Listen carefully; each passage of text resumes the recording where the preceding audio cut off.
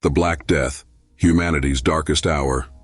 Step into a world unrecognizable from our own, a medieval era when death walked among the living. Between 1346 to 1353, a single calamity brought entire civilizations to their knees. The Black Death, a pandemic unlike anything the world had ever endured, swept across Europe, Asia, and North Africa, leaving devastation in its wake. Imagine a time when people whispered of omens and divine wrath, when lives ended in days and towns fell silent overnight. Over 25 million people, nearly a third of Europe's population, succumbed within just a few years, leaving behind a fractured society struggling to make sense of the chaos. But where did this nightmare begin, and how could it spread so far so quickly? To understand the Black Death, we must travel back to the trading routes of the 14th century, where a ticking time bomb lay hidden. It's easy to imagine the Black Death as an unstoppable force, but its beginnings were far more unassuming than legend would suggest. Most historians trace its origins to Central Asia, where the bacterium Yersinia pestis festered within fleas that lived on the backs of rats.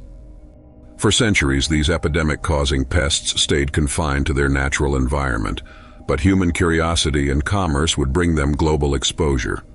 The 14th century was a time when trade routes, like the famed Silk Road, were alive with activity. Caravan merchants laden with silks, spices, and other treasures unknowingly transported a deadly stowaway, infected fleas. The plague began its deadly march westward. Initially it ravaged pockets of Asia, then it reached the bustling port cities. In 1347, accounts emerged of Genoese ships docking in Italy, filled not with cargo, but the dead and dying. From these ships, the invisible killer made its way inland, infiltrating every corner of Europe. The Black Death knew no borders, no rules. It spread with ruthless efficiency, taking advantage of crowded cities, poor sanitation, and the lack of medical understanding. Infected fleas were the first carriers, biting rats and humans alike. The disease then began to leap from one victim to the next through coughs, sneezes, and even direct contact. What followed was terrifying in its speed. A person would begin their day feeling unwell, slight fever, chills. By the end of that same day, they would be bedridden, lesions forming on their body. Within days, lifeless. Streets filled with the cries of the sick and the silence of the dead. Corpses were so numerous that even the gravediggers couldn't keep up.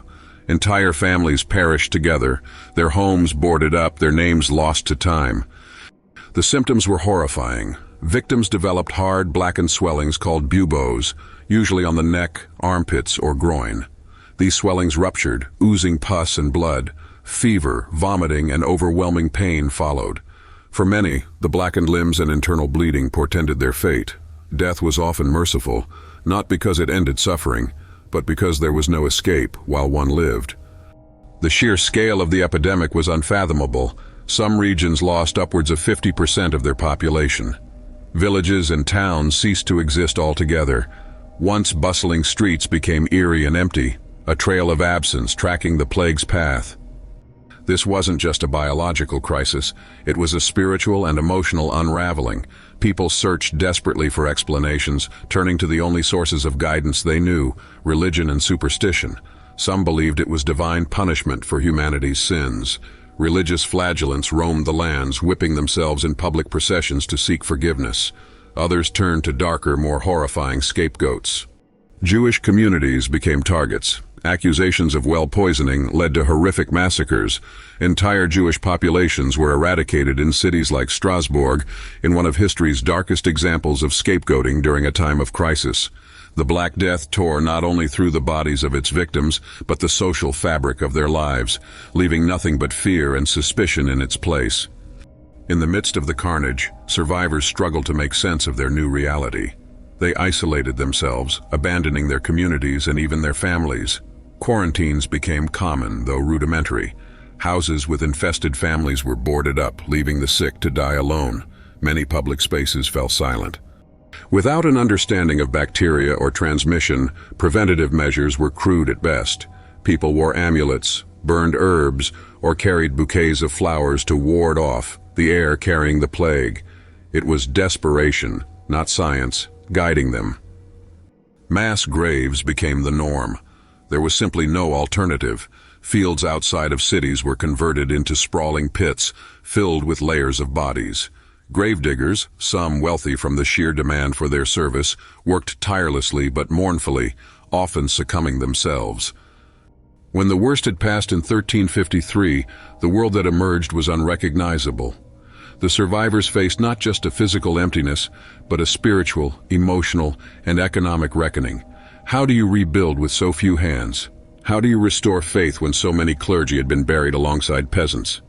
For the feudal system that defined medieval Europe, the loss of life was a death knell.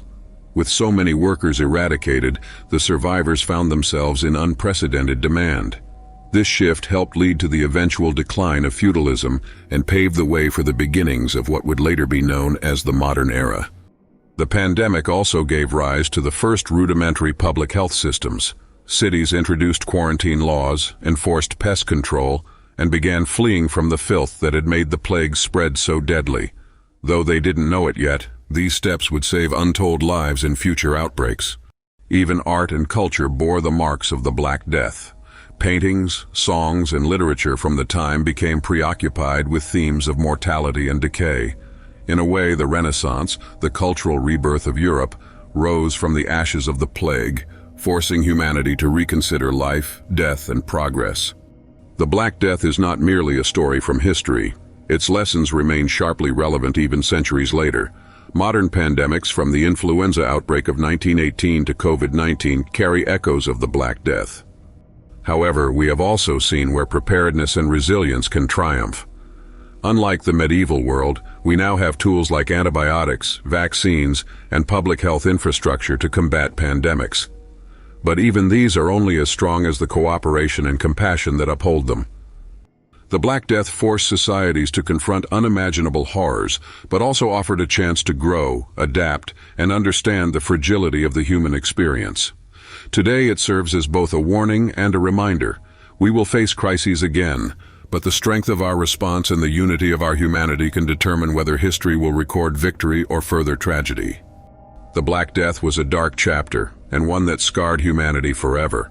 But in its aftermath, something remarkable emerged.